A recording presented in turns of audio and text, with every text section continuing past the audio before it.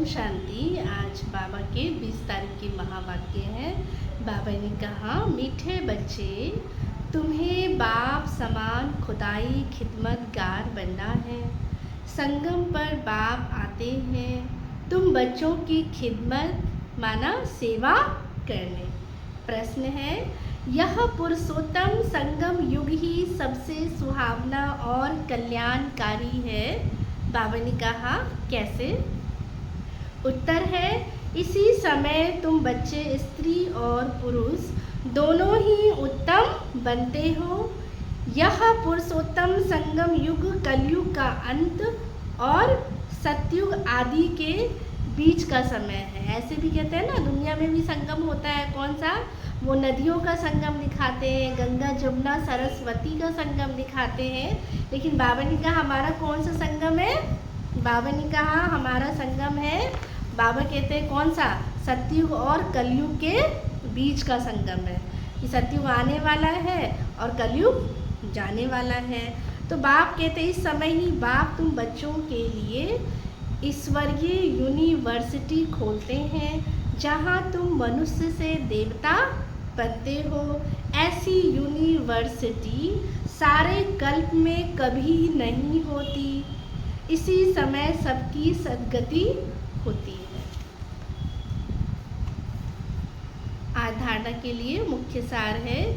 First point, इस रावण राज्य में रहते पतित लोग लाज कुल की मर्यादा छोड़ बेहद बाप की बात माननी है।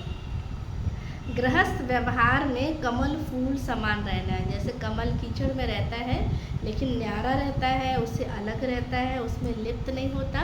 ऐसे हमें भी बाबा ने कहा इसमें रहते हुए कमल फूल समान रहना है। सेकंड पॉइंट, इस वैरायटी विराट लीला को अच्छी तरह समझना है। इसमें पाठ बजाने वाली आत्मा निर्लेप नहीं, अच्छे बुरे कर्म करती और उसका फल पाती है। इस राज को समझकर श्रेष्ठ कर्म करना है। बाबा के इस राज को समझना है और क्या करना है? श्रेष्ठ कर्म करना है।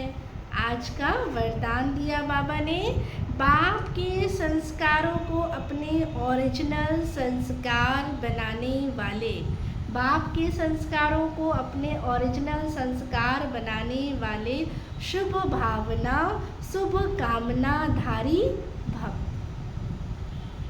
आगे बाबा ने कहा, अभी तक कई बच्चों में फीलिंग के, किनारा करने के, परचिंतन करने व सुनने के भिन्न भिन्न संस्कार है ना। पुराने जो संस्कार हैं, जो बाबा ने कहा बाप के संस्कार नहीं है, वो हमारे ही पुराने स्वभाव संस्कार है, जिसके बाबा कहते हैं हम क्या है, वो संस्कार अभी तक भी बाबा कहते हैं क्या है, हमारे में भरे हुए हैं। जिन्हें क्या कह देते हो कि क्या ये मेरे बाबा, जिन्हें कह देते हो कि क्या करे ये संस्कार है, ये मेरे क्या है?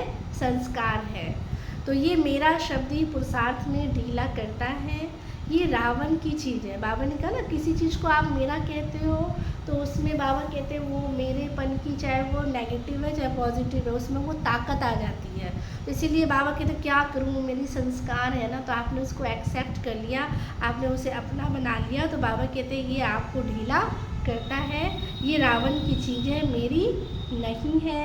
लेकिन जो बाप के संस्कार हैं वही ब्राह्मणों के ओरिजिनल संस्कार है। बाबा के संस्कार क्या है? बाबा क्या है, जब बात करते होंगे तो कोई ज़्यादा थोड़ी ना घंटों घंटों बात करते होंगे। बाबा कैसे चलते थे, कैसे बैठते थे, कैसे बात करते थे, बाबा कैसे कर्म करके कर्म से अपने को क्या कर लेते थे, अलग कर लेते थे।